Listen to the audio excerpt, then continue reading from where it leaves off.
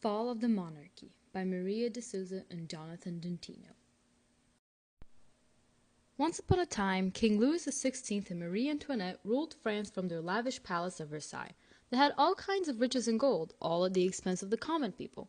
After several years, the common people began to actively express their opinions about these rulers, creating a general unrest and desire for change.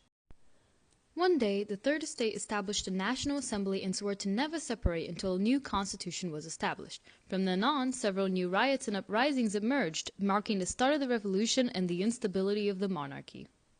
On October 1789, a group of peasant women marched to Versailles, forcing the royal couple to move to Tuileries, Paris. However, after noticing the growing conflict towards them, the royal couple made a run for Austria, only to be captured before even arriving. They were then sent back to Tuileries, where they were prisoners within their own walls. Now it is important to note that King Louis XVI was already hated by the people, but his futile attempt to escape angered them even more. As a result, he was finally forced to sign a new constitution in 1791, which made him nothing but a figurehead. But that was not enough for France. The French had to take it a step further and completely change their government structure. Instead of a constitutional monarchy with a king and a queen, the monarchy was abolished in 1792 and a republic mostly controlled by the Jacobins was established, hence initiating their reign of terror.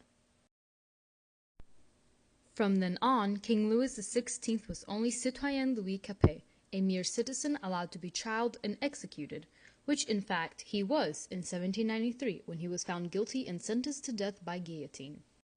Before being executed, he was publicly shamed by having his hair chopped off. He was also given a few moments to say his final words in which he pled his innocence while hoping his blood would at least bring happiness to the unhappy Frenchman. His speech was then interrupted by a general who ordered a drum roll for his head to roll. And so, 9 months later, his wife was also guillotined along with several other supporters of the monarchy and supposed enemies of the Republic.